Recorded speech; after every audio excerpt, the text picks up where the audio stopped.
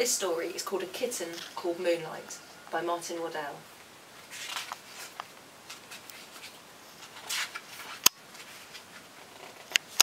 "I'd like my story again," Charlotte said. "Which story?" asked Mummy. "The one I like best, about Moonlight and me," Charlotte said. "Ah, I thought that's the one it might be," Mummy said. "Once there was a white kitten called Moonlight," Mummy said. "We don't know he was called Moonlight," Charlotte said.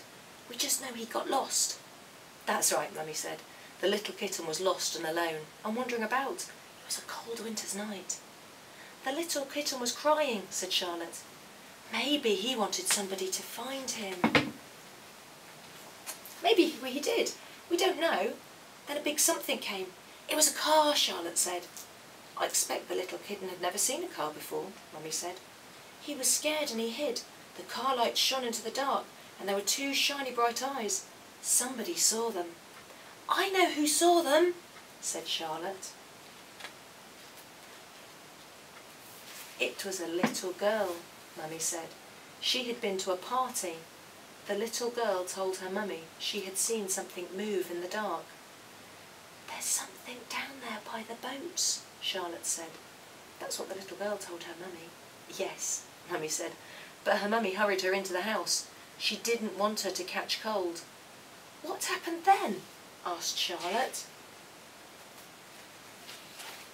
The little girl had her supper and her mummy put her to bed. Later she came to see if the little girl was asleep. "But the little girl's bed was empty," said Charlotte. "The duvet was thrown right back and the little girl wasn't there." "My goodness, where can she be?" thought her mummy. "Something like that," Mummy said. Her mummy searched all over the house. "I like this bit best," Charlotte said. She found the little girl curled up by the window, gazing out at the dark sea and the moonlight that shone on the shore. "What are you doing out of bed?" asked her mummy.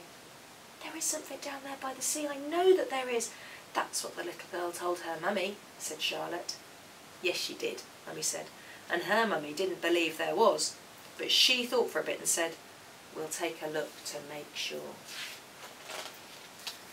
The little girl and her mummy went down to the shore, Charlotte said. Yes, Mummy said. They searched and they searched, but they couldn't find anything. "Something was here," said the little girl. She knew she was right, Charlotte said. Yes, Mummy said, but her mummy still didn't believe her. She told the little girl, "We'll take one more look, just in case." The little girl and her mummy walked out onto the rocks. There was only the moonlight to see by. They walked right out by the edge of the sea. And what do you think they saw there? "It was a kitten," said Charlotte.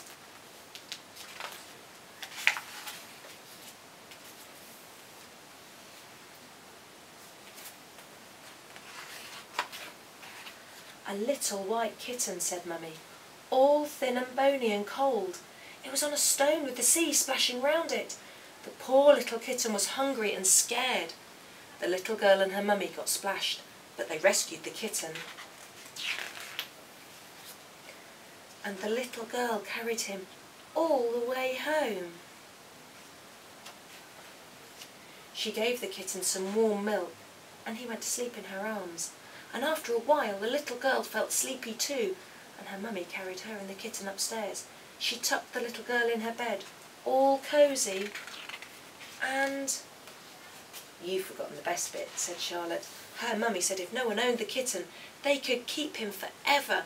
She said they should find a good name for the kitten, and the little girl knew straight away what it should be. Moonlight would be a good name," she told her mummy. "We'd never have found him without the moonlight." So that's what they called their kitten, Mummy said. Now you've told me the end of your story. "We love that story, don't we, Moonlight?" Charlotte said. "And I know why," said Mummy. "We love it because it's about us," Charlotte said. "Moonlight and Mummy and me."